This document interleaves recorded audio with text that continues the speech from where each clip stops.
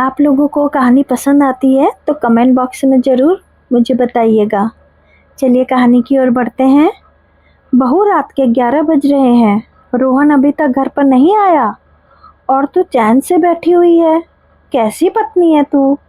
अपने पति को संभाल कर रखना भी नहीं आता। उसे फ़ोन लगाकर पूछ तो सही कि कहाँ है और कितनी देर लगेगी उसे आने में। बिमला जी अपनी बहू मधु को डांटते हुए बोली। मुझसे क्या पूछ रही हैं आप माँ जी? आपका बेटा कोई छोटा बच्चा थोड़ी ना है कि यहाँ वहाँ गुम हो जाएगा। वो बेटे तो आपके हैं। आप फ़ोन लगाकर पूछ लीजिए कि कहाँ रह गए। मधु ने बेपरवाही के साथ जवाब दिया, मैं तो माँ हूँ ना, मैं तो फ़ोन करके पूछूंगी कि वो कहाँ रह गया।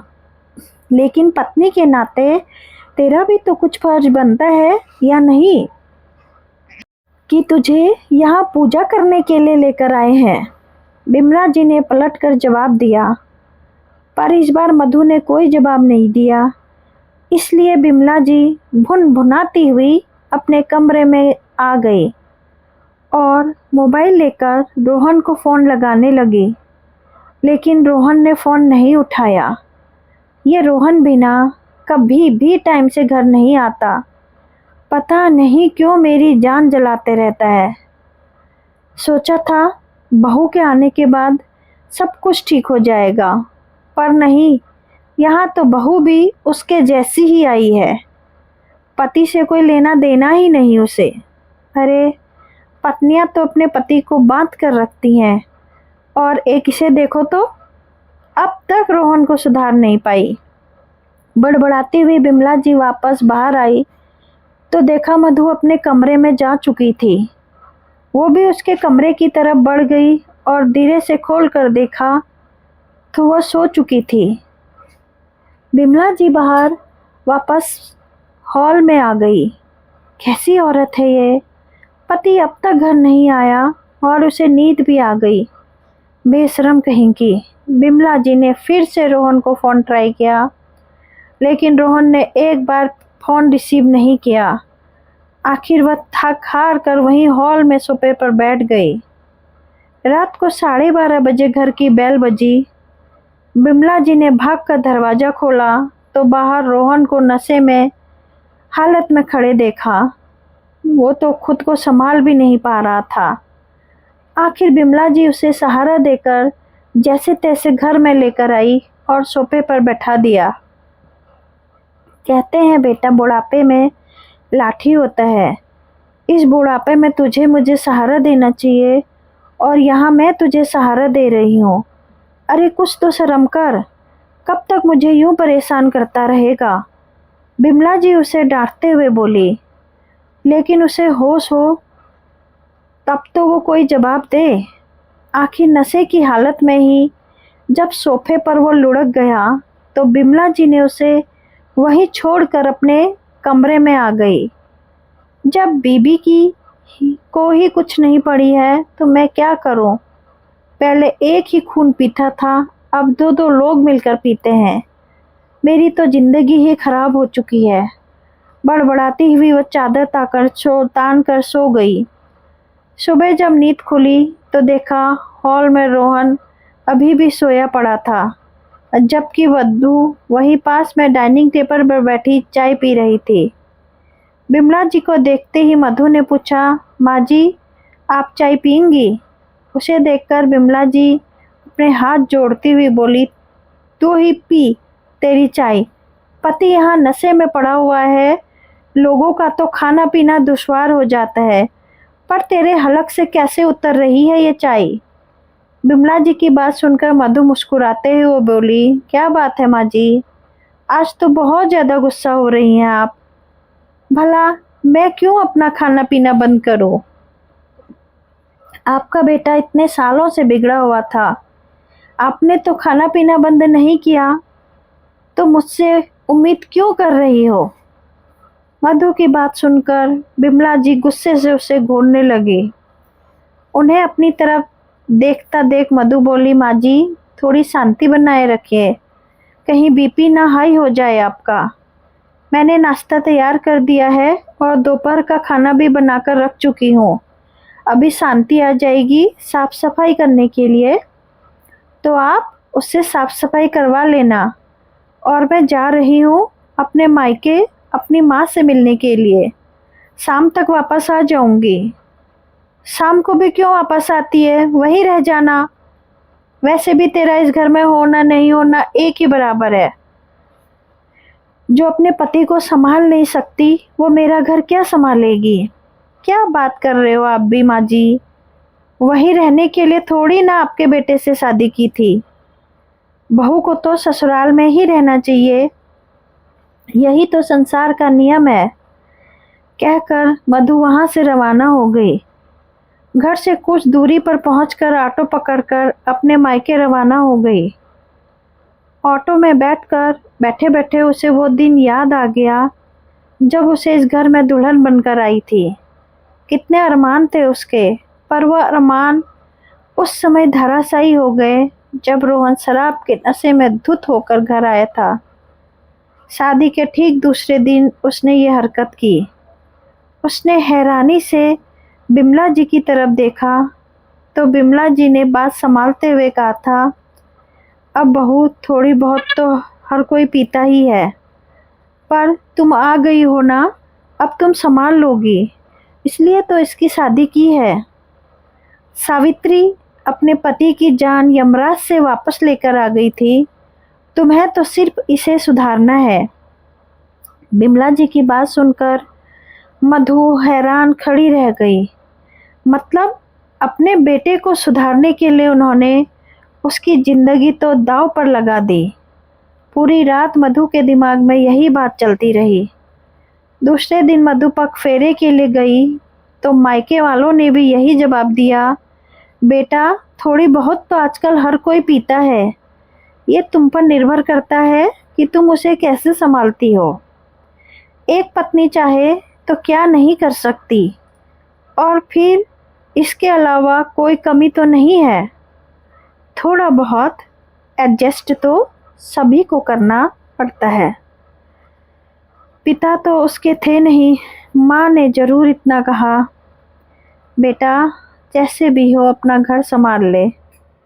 अगर तू छोड़कर आई तो यहाँ तेरे भाई भौजाई रखेंगे, इसकी कोई गारंटी क्या, जिन्होंने ये जानते हुए तेरी शादी एक शराबी से कर दी, वो तुझे यहाँ रखेंगे, इसकी तू उम्मीद मत कर।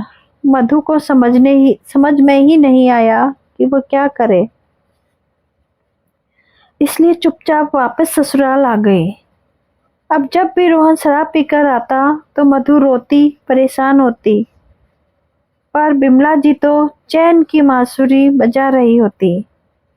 आखिर बेटे को बहू के हाथों संभला कर वह बेफिक्र हो चुकी थी। लेकिन अभी 2 महीने पहले रोहन ने शराब के नशे में मधु की जमकर पिटाई कर दी, सिर्फ इस कारण कि मधु ने उसकी शराब पीने से रोका था। बिमला जी ने उसमें भी मधु को ही कमी निकाल दी। हे भगवान, एक पति तक नहीं संभाल सकती, पूरा घर क्या संभालेगी। मैंने तो ये सोचकर अपने बेटे की शादी की थी कि घर में बहू आएगी उसे सुधार देगी, लेकिन ये तो उल्टा उसे परेशान करने का काम करती है। अब तेरे सारे नाजों नखरे तो उठाता है, तेरे खर्चे उठाता है, फिर तू हर समय उसके पीछे पड़ी रहेगी तो हाथ नहीं उठाएगा तो बेचारा क्या ही करेगा। थोड़ा प्यार से तो संभाल कर। जब मायके वालों ने ऐसे कहा तो वो लोग भी हमदर्दी जताकर चले गए। भाभी तो ये तक कहकर चली गई कि एक पति नहीं संभल सकता तो कर ही क्या लोगी तुम, दोबारा लौटने की सोचना भी मत। हम अपना देखें कि तुम्हारा देखें, तुम्हारी माँ को रख रखा है वही बड़ी बात है। सो मधु ने भी सोच लिया कि जब रहना ऐसे ही घर में है तो या तो जिंदगी भर मार खाते रहो और रोते रहो, या फिर बेशरम बन जाओ और अपना रास्ता खुद चुनो। मधु ने दूसरा रास्ता चुना। मधु को धीरे धीरे से ये बात समझ में आ गई कि रोहन उससे लड़ता झगड़ता तभी था जब वो शराब के नशे में होता था, वरना तो वो मधु से अच्छे से ही बात करता था। इसलिए अब रोहन से जब वो नशे में होता तो ज़्यादा कुछ कहती भी नहीं। उसने एक दो बार नौकरी के लिए कहा तो बिमला जी ने हंगामा कर दिया। उसके बाद रोहन ने नशे की हालत में बिमला जी के कहने पर उसके साथ काफ़ी गाली गलौज किया था। इसलिए उनके सामने उसने नौकरी के लिए कहना भी छोड़ दिया। पर उसे नौकरी तो करनी ही थी, पढ़ी लिखी तो वो थी ही, आत्मनिर्भर तो उसे बनना ही था। पर आखिर बाहर कैसे जाए, इसलिए अक्सर मायके के नाम लेकर जाती थी। अभी एक सप्ताह पहले इंटरव्यू देकर आई थी, वहाँ से कॉल आया था तो आज वहीं जा रही थी। वहाँ पहुँची तो उसकी नौकरी पक्की हो गई। उसने सारे ज़रूरी पेपर डिपॉजिट कर दिए। उसे दूसरे दिन से ही ज्वाइन करने को कह दिया गया। जब वह वापस लौट कर आई तो रोहन भी होश में आ चुका था। बिमला जी गुस्से में बैठी उसे ही घूर रही थी। जैसे ही उसने घर में कदम रखा, बिमला जी बोली, आ गई महारानी अपने मायके वालों से मिलकर। यहाँ सास और पति भूखे बैठे हैं, उससे कोई लेना देना नहीं, बेशरम कहीं की। बिमला जी की बात सुनकर मधु बोली, कैसी बात कर रहे हो आप माँ जी, खाना बनाकर तो गई थी आपके लिए, फिर मेरा क्यों इंतजार कर रहे थे आप? मधु, कहाँ गई थी तुम? अभी तुम्हारी मम्मी का फ़ोन आया था, तुम तो मायके पहुंची ही नहीं, अचानक रोहन ने कहा। रोहन की बात सुनकर मधु ने रोहन की तरफ देखा और कहा, मुझे नौकरी मिल गई है, कल से ज्वाइन करनी है। हाँ, ये देखो, ये होता है औरत का तिरिया चरित्र। मायके का नाम लेकर पता नहीं कहाँ घूमती फिर रही है और हमारे घर की इज्जत को उछाल रही है। बिमला जी बीच में ही बोली, माँ मैं बात कर रहा हूँ ना, आप क्यों बीच में बोल रहे हो? तुम्हें नौकरी की क्या ज़रूरत है मधु? तुम्हारी सारी ज़रूरत पूरी कर रहा हूँ। रोहन ने शांतिपूर्वक मधु से पूछा। तब मधु ने कहा, मुझे मेरे मायके का कोई सबल नहीं है, मुझे अपना सबल खुद बनना है, इसलिए मैं नौकरी ज्वाइन कर रही हूँ। मैं इसलिए नौकरी ज्वाइन कर रही हूँ ताकि मैं अंदर से इतनी हिम्मत जुटा सकूँ कि मैं आपके सामने खड़े होकर ये कह सकूँ कि आप शराब छोड़ रहे हो या मुझे।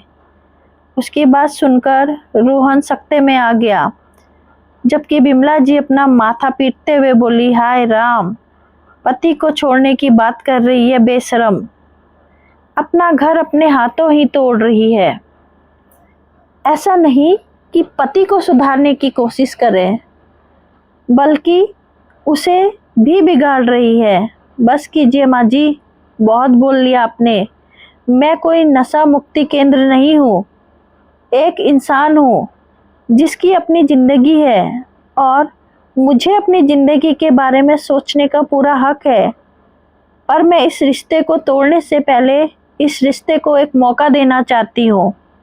बताइए रोहन जी, आप नशा छोड़ेंगे या फिर पत्नी? रोहन काफ़ी देर तक मौन रहा, फिर कुछ सोच समझकर बोला, ठीक है, जब तुम इस रिश्ते को एक मौका देना चाहती हो तो मैं ये मौका लूँगा। कब ज्वाइन करना है तुम्हारा नशा मुक्ति केंद्र? उसकी बात सुनकर जहाँ मधु के चेहरे पर मुस्कुराहट आ गई, वहीं बिमला जी बिल्कुल हैरान खड़ी रह गई। उसकी आंखों में से आंसू निकल गए। आखिर इतनी कोशिश जो काम बिमला जी नहीं कर पाई, वो मधु ने कर दिया। दूसरे ही दिन रोहन ने नशा मुक्ति केंद्र ज्वाइन कर लिया और कुछ महीनों मशक्क़तों के बाद उसमें वाकई परिवर्तन हुआ।